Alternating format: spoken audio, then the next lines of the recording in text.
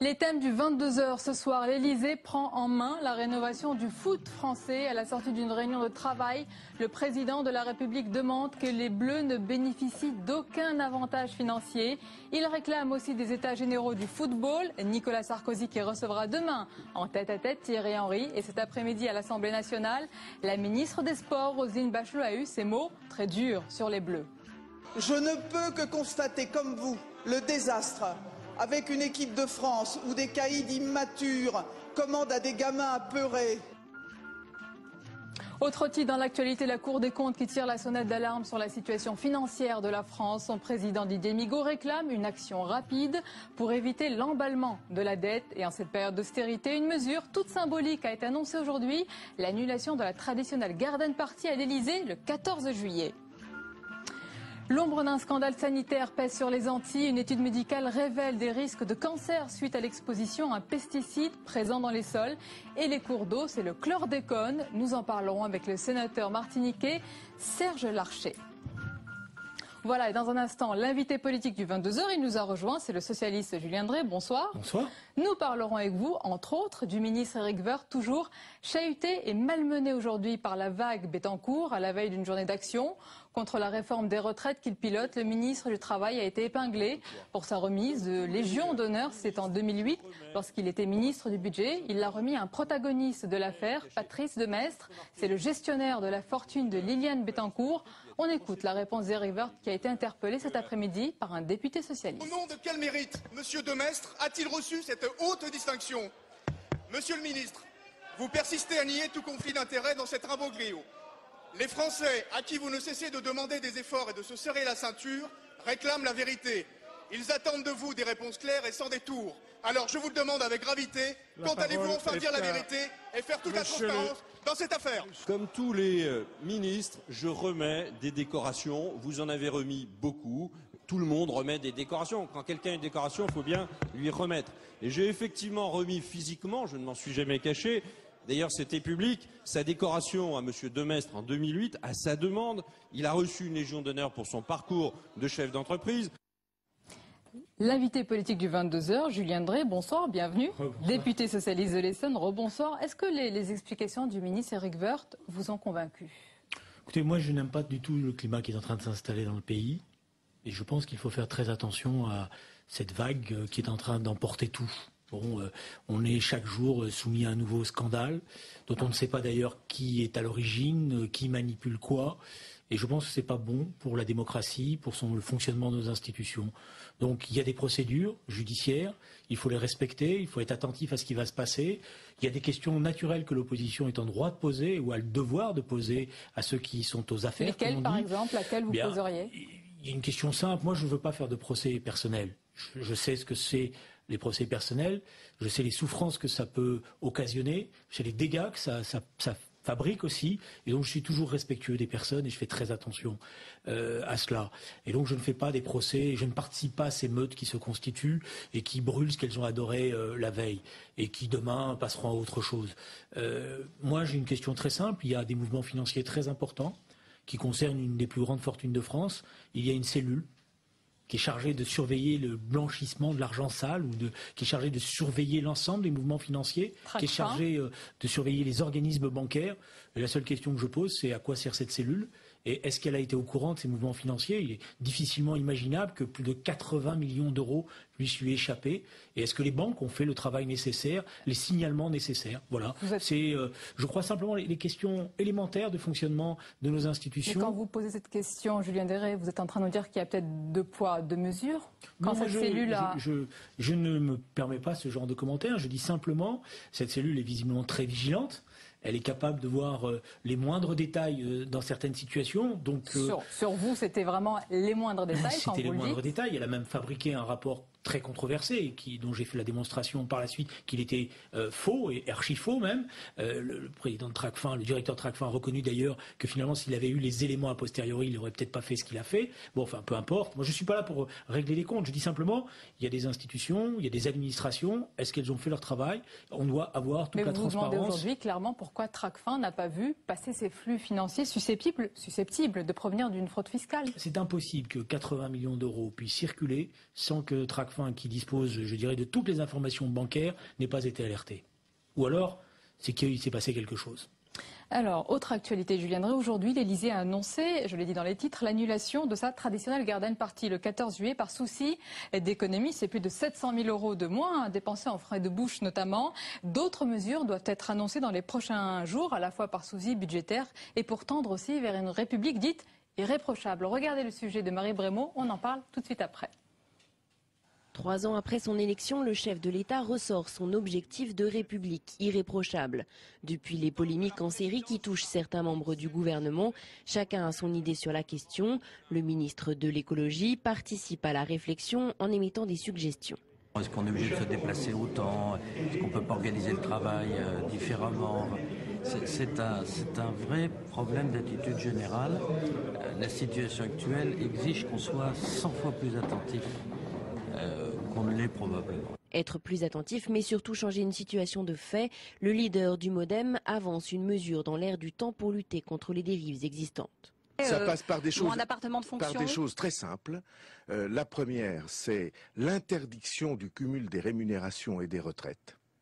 Quant à l'ancienne juge Eva Joly, elle s'érige en défenseur des libertés.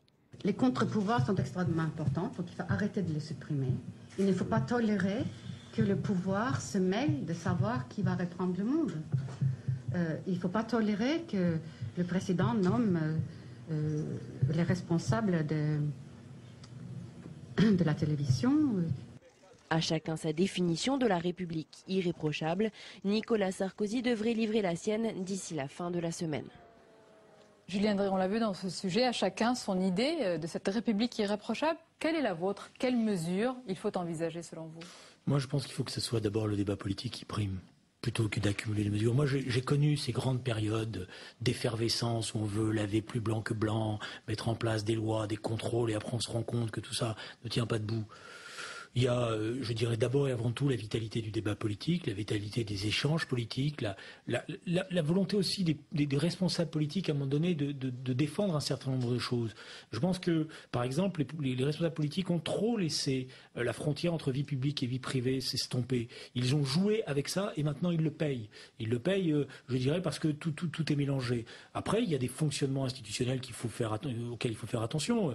Vérifier effectivement qu'il n'y ait pas des gens qui gagnent, je dirais, en cumulant les emplois de ministres et leur retraite. Ça, c'est vrai qu'il fallait clarifier les choses, il faut le faire calmement, sereinement, pour mettre les points sur les i. Ça aurait dû être spontané. Là, vous nous décrivez un petit peu aussi les mesures qui sont engagées là, par le gouvernement, donc il va dans le bon sens, ce gouvernement, sur ce point. Je découvre parfois des choses qui me surprennent, parce que ça aurait dû être spontané. Je veux dire, un ministre, enfin moi j'aurais pensé qu'un ministre arrivant au ministère dise ma retraite, je la mets de côté, je la toucherai quand je serai plus ministre. Je pense que c'est des comportements élémentaires, mais c'est plus de l'ordre des comportements éthiques individuel. Chacun doit, je crois, faire attention à la manière dont il exerce son mandat politique. Mais ce que je n'aime pas, c'est ces moments où tout le monde jette par-dessus bord tout. Voilà. Et puis après, on ne sait plus où il en est. Et après, on met en plus des procédures qui deviennent folles et qui deviennent des choses qu'on n'arrive même plus à gérer. D'éthique personnelle, quelque part. Alors, autre actualité. Oui, puis bon, voilà, quoi. Je veux dire, il y a aussi, à un moment donné, faire attention à un certain nombre de choses dans le fonctionnement de notre démocratie. Ce voyeurisme qui s'installe, cette soi-disant transparence, cette dictature de la transparence. Il y a besoin de transparence aussi, Julien Drey, d'un autre côté. Mais je suis pour la transparence, mais ma vie privée, c'est ma vie privée. Alors quand on est sur les cigares, bon bah ça c'est vrai que c'est quand même désagréable d'apprendre qu'un ministre n'est pas capable de se payer ses propres cigares. Là, quand même, c'est exagéré. Bon, donc il pourrait faire attention à cela. Quoi, voilà, 12 000 € et François Fillon qui a annoncé que c'est le ministre qui va devoir, sur ses deniers personnels, rembourser ses cigares. Ça vous paraît normal? Ça me semble normal, quoi. Je veux dire, alors, à partir du moment où c'est ses propres cigares et qu'il a visiblement une consommation assez intense des cigares, bon, c'est normal que ce soit pas nous qui lui payons ses cigares. Alors, autre actualité, c'est le président de la Cour des comptes, Didier Migaud, qui a tiré la sonnette d'alarme sur l'état des finances publiques. On l'écoute. La situation de notre qu'elle s'est dégradée en 2009 et 2010, que ce que nous appelons le déficit structurel, c'est-à-dire non lié à la crise, est important et nécessite des mesures immédiates, c'est-à-dire dès la loi de finances pour 2011. Alors, la Cour considère que les hypothèses du gouvernement peuvent apparaître optimistes au regard des prévisions et qu'il faut pouvoir se prévenir justement de ce que ces hypothèses optimistes ne se réalisent pas. D'où un effort vraisemblablement supplémentaire, tant sur la dépense, il faut mieux maîtriser la dépense publique, puis également agir sur la recette. C'est tout le travail qui doit être fait sur les niches fiscales et sociales. Alors Didier Migaud appelle à des mesures encore plus dures. Il a dit aussi dans Le Monde, il dit qu'il faut aller, il dit qu'il faut aller plus loin sur le coup de rabot général. J'ai noté, est-ce qu'il n'est pas en contre-courant de ce que disent ses camarades socialistes et vous? Moi, écoutez, j'ai appris depuis que j'ai lu Karl Marx que l'existence détermine la conscience. Comme on dit, que les idées naissent dans le ventre. Bon, je ne me serais pas permis, si j'avais été à sa place, de dire qu'il faut limiter les dépenses publiques. Qu'il faille mieux utiliser l'argent public, c'est une chose. Qu'il faille les limiter, c'est discutable aujourd'hui au regard des grandes souffrances qui existent dans notre pays. Par ailleurs, il y a besoin d'une dépense. Oui, alors après, il y a dépenses et dépenses de la comme toujours. Cour des comptes, il a un regard assez précis sur ce qui se passe. Est-ce que c'est pas lui le plus réaliste des socialistes? Non, comme vous l'avez dit, il est président de la Cour des comptes, c'est-à-dire qu'il a un regard comptable. Et là, nous devons avoir un regard d'une autre nature, parce qu'il y a des dépenses qui sont des investissements. Didier Migaud aurait un petit peu oublié sa fibre sociale. Parce que moi, je ne suis pas là pour distribuer des bons points ou des mauvais points. Je ne suis pas là pour juger Didier Migaud. Je parle en tant que député qui vit dans une circonscription où il y a des gens qui souffrent et qui ont besoin d'un État qui investit, qui soit à leur côté, qui ont besoin de tout cela. Et quand il n'y a pas d'État, je sais qui en paye le prix. Dernière question à Julien Drey, l'actualité. C'est aussi l'Élysée qui prend en main la rénovation du foot français. Nicolas Sarkozy a annoncé des états généraux du foot. C'est une bonne idée? Écoutez, moi, je suis là aussi amené à me dire attention. Parce que là, j'ai une double question. La première interrogation, c'est est-ce qu'on est en train de faire une formidable opération de diversion? Parce qu'il y a la bataille des retraites, il y a la manifestation de demain. Et que finalement. Si les Bleus ont perdu parce qu'ils ont mal joué. Ça ne peut pas être orchestré par le gouvernement. Ce que je veux dire par là, oui, enfin. Laissez-moi 2 secondes de finir, s'il vous plaît, ma démonstration. Parce que tout d'un coup, il y a une sorte d'un truc qui s'emballe. Le président de la République qui devient un entraîneur d'équipe de foot. Je ne savais pas qu'il avait des compétences en la matière. La ministre qui, tout d'un coup, après avoir fait n'importe quoi, maintenant essaye de se rattraper en employant des termes totalement déplacés à l'égard des joueurs de l'équipe de foot, sans savoir ce qui s'est passé. Moi, je voudrais rappeler plusieurs choses, si vous me permettez. Premièrement, il y a une faute qui a été commise par un journal. Et comme je l'ai dit au début de cette émission, je tiens à le pointer. Un journal s'est permis de rapporter, et d'ailleurs de déformer, des propos tenus dans un vestiaire. Déjà, ça crée un problème. Et il faut que la presse écrite arrête avec cette situation où, parce qu'elle est aujourd'hui en crise, elle crée des événements pour vendre du papier. Premièrement. Deuxièmement, sur le football, la vraie question, c'est qui a maintenu l'entraîneur en place en 2008 ? Les instances de la fédération, et c'est là que les questions doivent être posées. Je pense que c'est pas au président de la République. Juste un mot, vous dites qu'il peut y avoir une diversion de la part du gouvernement sur cette question du football? Je pense qu'on a intérêt à parler du foot et à pas parler des retraites. Voilà. Comme ça va faire, je dirais, de l'effervescence, des états généraux, on va parler des joueurs, on va tout mélanger. On en arrive, je lis des choses sur Internet incroyables sur la caractérisation des joueurs de l'équipe de France. Et comme ça, on ne parle pas de l'essentiel. Merci beaucoup, Julien Drey, d'avoir été l'invité du 22h. Le foot, on va en parler dans un instant. On va ouvrir notre page football qui est aussi une page politique, puisque je vous le disais, l'État a décidé de prendre les choses en main. Mais d'abord, tout ce qui vous a échappé dans le reste de l'actualité, c'est en images avec Pierre Bonde-Joseph.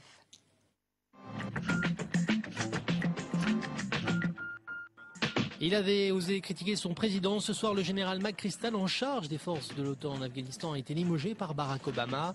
Après avoir tenu des propos assassins dans la presse sur l'administration américaine et notamment rapporté que Barack Obama était intimidé devant les militaires, le président américain n'avait guère d'autre choix. Un limogeage qui intervient au moment où les forces internationales sont engagées dans 2 offensives cruciales contre les talibans. Il sera remplacé par le général David Petrus. Il a annoncé lui-même ce matin son départ de Radio France, ce qui n'était à 7h55 qu'une rumeur, a vite été confirmée. Dans une interview au journal Le Monde, Jean Lucas, patron de Radio France nommé par Nicolas Sarkozy en mai 2009, a annoncé la suppression simultanée des chroniques de Stéphane Guillon et de Didier Porte. « Je me suis fait insulter en direct, lâche-t-il, je ne m'appelle pas Raymond Domenech ». Catherine Tasca, ancienne ministre de la Culture, a annoncé que ces évictions n'augurent rien de bon pour les nominations à venir dans l'audiovisuel public. Forte mobilisation en vue. Demain, l'intersyndicale CGT, CFDT, CFTC mise sur une large mobilisation dans toute la France contre le projet de réforme des retraites. Une réforme jugée injuste par les syndicats et acceptable pour 58% des Français interrogés par le Figaro. Les salariés des régimes spéciaux qui ne sont pas immédiatement touchés par les réformes seront aussi dans la rue. À Paris, un enseignant sur 2 sera en grève. La SNCF prévoit quant à elle un TGV et un TER sur 2. En province, 65 réseaux locaux seront touchés par le mouvement. Face aux difficultés financières, certains départements pourraient ne plus verser le RSA, revenu de solidarité active. Aujourd'hui, une trentaine de présidents de conseils généraux avaient répondu à l'appel de leur collègue Claude Barthelone en Seine-Saint-Denis pour dénoncer une situation intenable.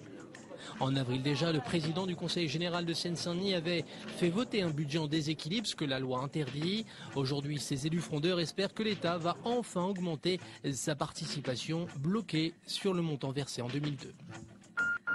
Et pour terminer ce rapide tour de l'information, une bonne nouvelle pour les amateurs d'art, la réouverture du musée du Sénat, retour à une gestion publique, la réunion des musées nationaux succède donc à l'opérateur privé SVO, choisi par le prédécesseur de Gérard Larcher en 2000. 2 millions de travaux sont d'ores et déjà prévus, réouverture le 5 février 2011, avec un maître de la Renaissance allemande, Cranach. C'est Politiquement Foot, c'est dans le 22h de Public Sénat avec nos invités ce soir. Claude Boly, bonsoir, bienvenue à vous. Vous êtes docteur en histoire contemporaine et en sociologie. Vous êtes aussi le commissaire d'une exposition, ça se passe au Musée national du sport.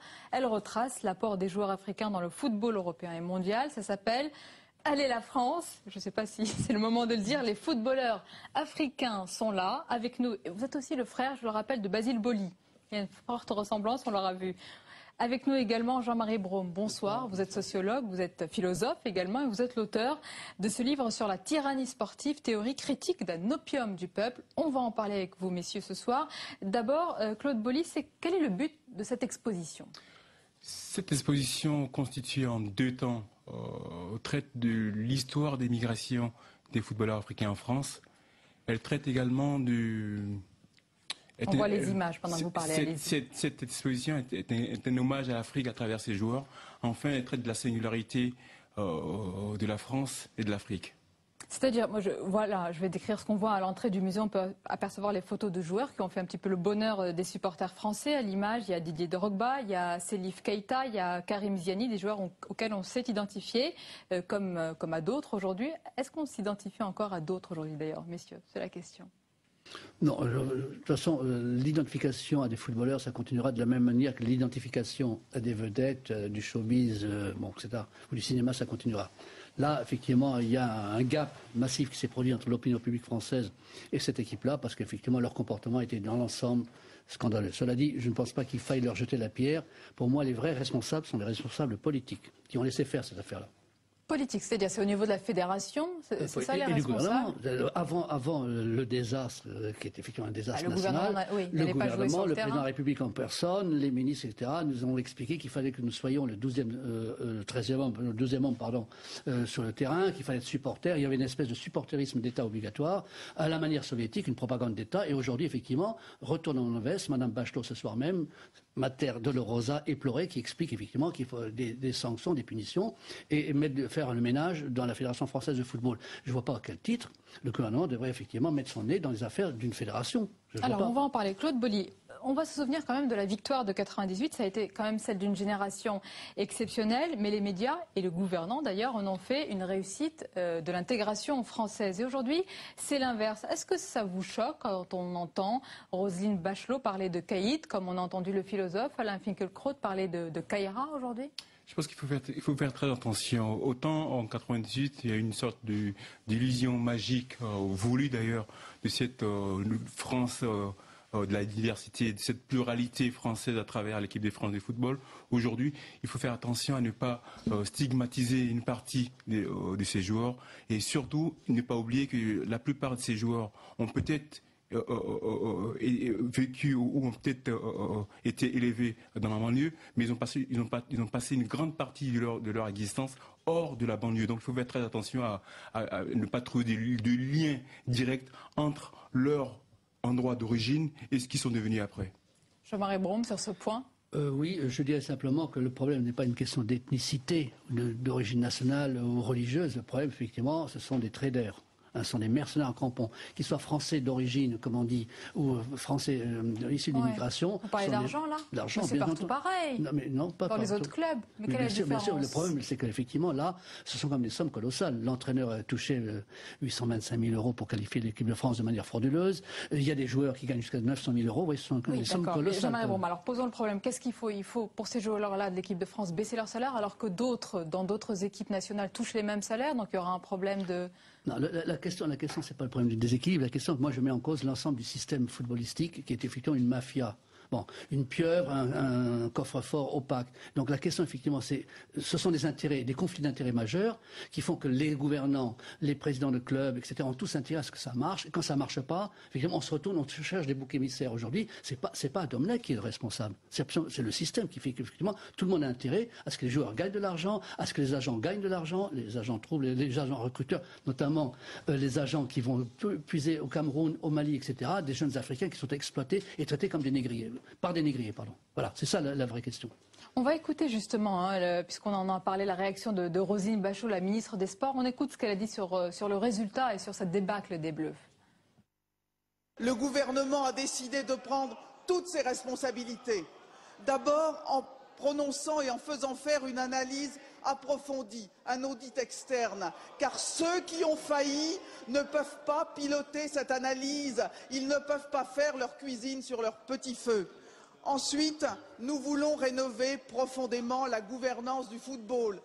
Nous allons faire cette rénovation avec vous, qui connaissez si bien ce monde du sport. Nous nous occuperons aussi d'éthique financière et bien entendu de déontologie, parce que la déontologie a été foulée aux pieds et je veux que le respect de la charte de déontologie soit le visa pour participer à toute compétition sportive au nom de la France. Claude Bollier, on va revenir sur cet aspect de régularisation carrément et d'éthique. On s'est beaucoup identifié à Marcel Desailly qui était né au Ghana, à Zinedine Zidane, fils de Kabyle, à Lilian Thuram, né en Guadeloupe. Vous pensez qu'on va encore s'identifier à ces joueurs de l'équipe de France venus de partout mais qui portent la même couleur, c'est celle du maillot de l'équipe de France? J'espère qu'on va continuer à s'identifier. J'espère qu'une minorité de Français vont continuer à s'identifier à ces joueurs, mais pas seulement à ces joueurs. J'espère qu'ils vont également s'identifier à d'autres joueurs, à d'autres personnalités qui viennent de ces minorités dans d'autres sphères sociales. Je pense notamment à la politique, à l'armée, dans d'autres sphères. Je pense que l'un des gros problèmes de l'identification, c'est qu'il est uniquement concentré à une identification sur les sportifs. Et j'espère que dans ces prochaines années, il n'y aura pas que les footballeurs. Jean-Marie Voron, je sens que vous allez nous dire que si on s'identifie à eux, c'est en partie pour les sommes qu'ils gagnent. Non, je veux dire, là, je suis d'accord avec Claude Bollier. La question, je trouve ça assez lamentable de faire un lien entre l'immigration et le football. Je ne vois pas pourquoi l'intégration républicaine devrait passer obligatoirement par le football. Effectivement, il y a toute une série d'autres domaines, le politique, l'économique, etc. Donc, je trouve d'ailleurs que c'est une forme de racisme. Imaginons par exemple que nous ayons composé une équipe française. Si, c'est un racisme à rebours. Une équipe française des Corses, des Auvergnats, des Alsaciens, des Ch'timis, etc. On dirait c'est de l'origine, de quelle origine? Les joueurs français de l'équipe de France sont des citoyens français, point barre. Voilà, c'est tout. Eh bien, c'est une très belle conclusion. Merci beaucoup, messieurs, d'avoir été les invités du 22h. Évidemment, le mondial continue, bien sûr. C'est la dernière page de ce journal. On va parler de totalement autre chose à présent. Ce qui pourrait bien être un scandale sanitaire aux Antilles. Une étude médicale met en avant les risques de cancer suite à l'exposition à un pesticide qui est présent dans les sols et les cours d'eau. C'est ce qu'on appelle le chlordécone. Dans un instant, notre invité, c'est le sénateur martiniquais Serge Larcher. Mais d'abord, les faits avec Sandra Cerquera. Le dernier rapport date d'il y a 2 ans et il laissait encore place au doute. Est-ce qu'il y a aujourd'hui un lien de cause à effet entre, par exemple, le cancer de la prostate et la chlordécone? On ne sait pas. Mais désormais on sait. Jusqu'ici, aucune étude n'avait prouvé le lien entre le pesticide et le cancer. Une étude que beaucoup dans les Antilles redoutaient. Être exposé au chlordécone augmente bel et bien le risque de cancer de la prostate. Et des générations d'Antillais devront vivre avec, car la molécule reste dans le sol pendant des siècles. Il y a un certain nombre d'enfants, si vous voulez, qui sont contaminés à la naissance, qu'à partir du moment où le chlordécone est une molécule cancérigène, mutagène et reprotoxique, il est clair que le risque chez ces enfants est de voir apparaître des troubles de la reproduction et éventuellement des cancers de la prostate. Utilisé pour lutter contre un insecte de la banane, le charançon, ce pesticide a été retiré du marché en 1976 par les États-Unis, alors que la France l'interdit seulement en 90, mais une dérogation permet aux agriculteurs de continuer à l'utiliser.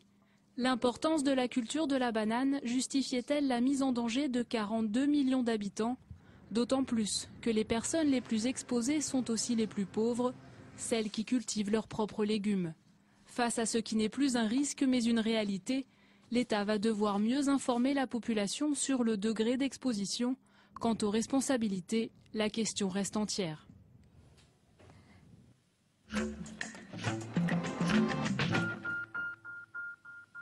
Notre invité sur ce sujet important, Serge Larcher, bonsoir, bienvenue. Bonsoir. Vous êtes sénateur martiniquais. Alors j'ai parlé tout à l'heure de l'ombre d'un scandale sanitaire majeur. Est-ce que c'est le cas? Ce qui a déploré, c'est que, vous savez, ces temps derniers, on a beaucoup parlé de drame. Je ne sais pas s'il fallait en parler, mais concernant ce problème, c'est véritablement dramatique pour les Martiniquais et les Guadeloupéens qui sont finalement exposés à un risque terrible. Il s'agit de la santé et en plus il s'agit de la vie de nos compatriotes et en particulier des travailleurs de la banane. Mais pas seulement les travailleurs de la banane, puisque vous savez, dans le bol alimentaire des Antillais, on trouve un certain nombre de produits locaux, des légumes qui sont parfois contaminés. Alors, le problème aujourd'hui est de voir comment on peut se préserver contre tout cela. C'est-à-dire que fait le gouvernement. Mais comment est-ce qu'on peut le faire justement? Parce que ça reste dans les sols. Ça reste dans les sols, ouais. Effectivement, mais aujourd'hui, on a fait des progrès, on a identifié toutes les parcelles contaminées, ces parcelles ont été cartographiées, aujourd'hui on sait. En plus, on fait des contrôles systématiques pour voir la provenance des produits que l'on distribue sur les marchés. Autrement dit, aujourd'hui, il y a un dispositif qui est mis en place pour préserver la santé de la population. Vous le dites très bien, vous dites aujourd'hui, mais il fallait que cette étude sorte. Qu'ont fait les pouvoirs publics tout ce temps? Tout ce temps, on a essayé on savait qu'il y avait quelque chose. Hein. Tout le monde était. Il y a 2 ans, on a beaucoup parlé, mais aujourd'hui, c'est pas seulement. Il faudrait savoir ce qu'on doit faire pour protéger aujourd'hui nos populations. Et je crois qu'on sait. Il n'y a plus question maintenant de contester l'étude qui a été faite. On sait qu'il y a un problème aujourd'hui.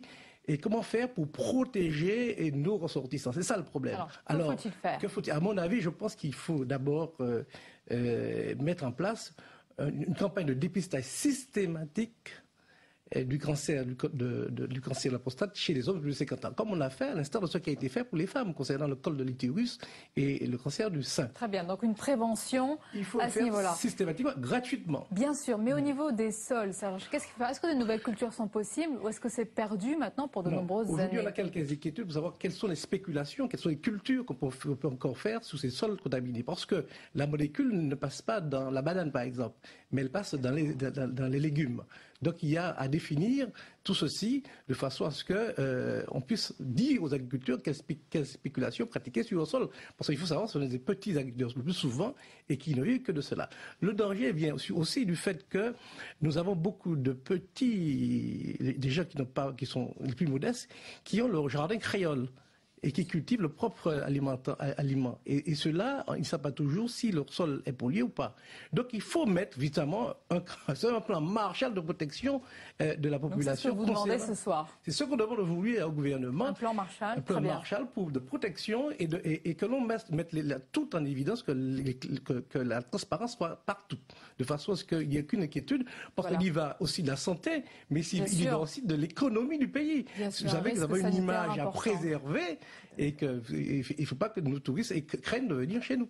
Bien sûr, donc voilà, vous l'avez parlé d'un plan Marshall donc pour éviter ce risque, cette catastrophe sanitaire. Merci beaucoup d'avoir été l'invité du 22h. C'est la fin de ce journal.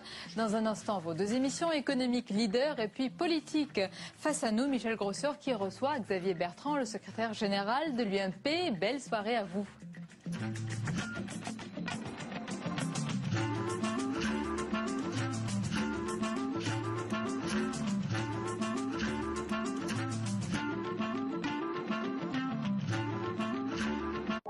Bienvenue à la Bibliothèque Médicis. Paulette, la bégayeuse au gros nez juif. Vous. C'est pas exactement ma phrase. J'écris mieux que ça. Oui. Et qui va très vite de se débarrasser de son premier Mais est-ce qu'à un moment, vous pouvez arrêter d'être agaçant? Répondez, discutons tranquillement. Je vais vous répondre différemment. Et presque sincèrement. Et moi, il y a quelque chose qui me frappe depuis le début de cette émission, c'est qu'il se marre tout le temps. Vous exprimez la joie de vivre. Qu'est-ce qui vous arrive? Pourquoi ça? Le problème, c'est que j'étais comme ça avant. Jean-Pierre Elkabbach ouvre le débat à travers les livres dans Bibliothèque Médicis. Vendredi à 18h30 sur Public Sénat.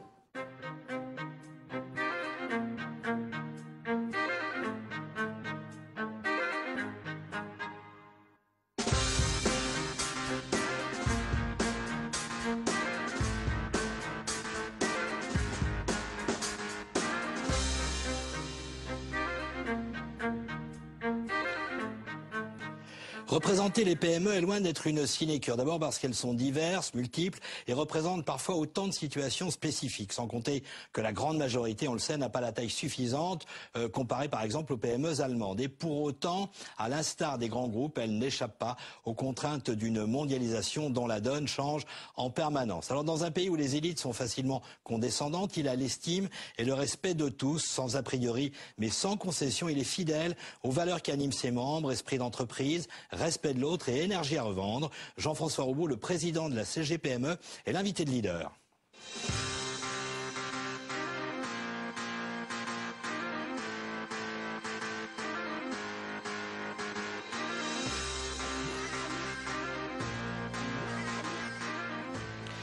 Jean-François Roubaud, vous avez reçu Nicolas Sarkozy à l'occasion de Planète PME mi-juin. J'ai envie de demander, so what? Bon, il a fait une grande déclaration d'amour aux PME, mais dans le concret, ça veut dire quoi? Ou qu'est-ce que vous en attendez?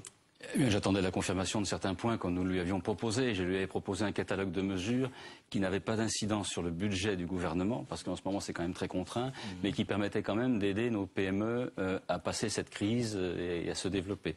Donc je retiens 2 ou 3 mesures qu'il a prises. Le maintien de la médiation du crédit, qui était une demande forte de ma part. Dans la troisième partie avec Jérôme Cabet. Et puis les problèmes sur les seniors pour favoriser l'emploi des seniors avec un zéro charge pour les seniors de plus de 55 ans dans les entreprises qui seraient embauchés soit en CDI, soit en CDD, et puis l'amélioration de la formule tutorat des seniors.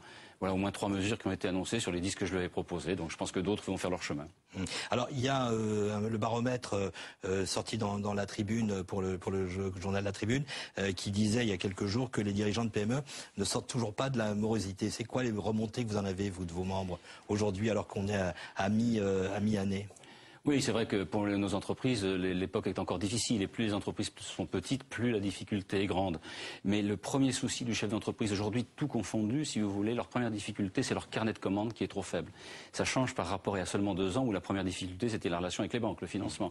Aujourd'hui, c'est cela. Le deuxième problème qu'ils ont, c'est le coût des matières premières et des fournitures. Et le troisième, effectivement, les relations bancaires, obtenir des financements court terme, moyen terme ou long terme. Jean-François Roubaud, néanmoins, dans ce même baromètre, on dit que celles qui sont à l'international s'en sortent mieux. Donc, est-ce que là, on ne retrouve pas le mal français des PME, à savoir celles qui sont beaucoup trop auto-centrées sur leur pays et pas assez